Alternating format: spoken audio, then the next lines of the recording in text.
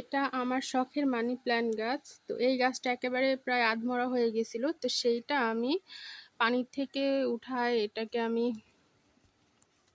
মাটিতে দিয়েছি। তো এই মানি প্ল্যান্ট গাছগুলো না আসলে সহজে মরে না। এগুলা একটু যত্ন করলে যত্নও সেরকম লাগে না।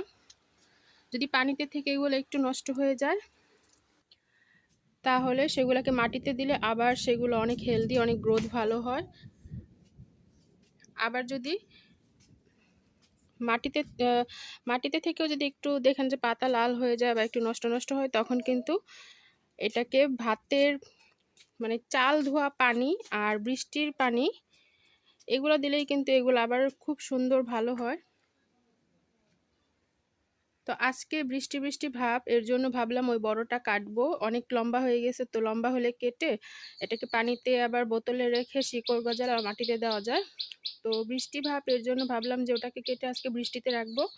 এগুলার খাদ্য হচ্ছে বৃষ্টির পানি, চাল ধোয়া পানি। তো এগুলোই।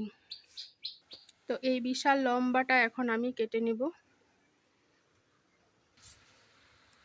এটা আধমরা গাছটা দেখেন কত গ্রোথ ভালো হয়েছে। তো এটাকে আমি মাটিতে দিয়েছিলাম, এখন এটাকে ছোট ছোট সাইজ করে বোতলে ভরবো। তো এই তো ফাইনালি। তো এটা কিছুদিন পর অনেক সুন্দর হবে, অনেক ঝোপালো হবে।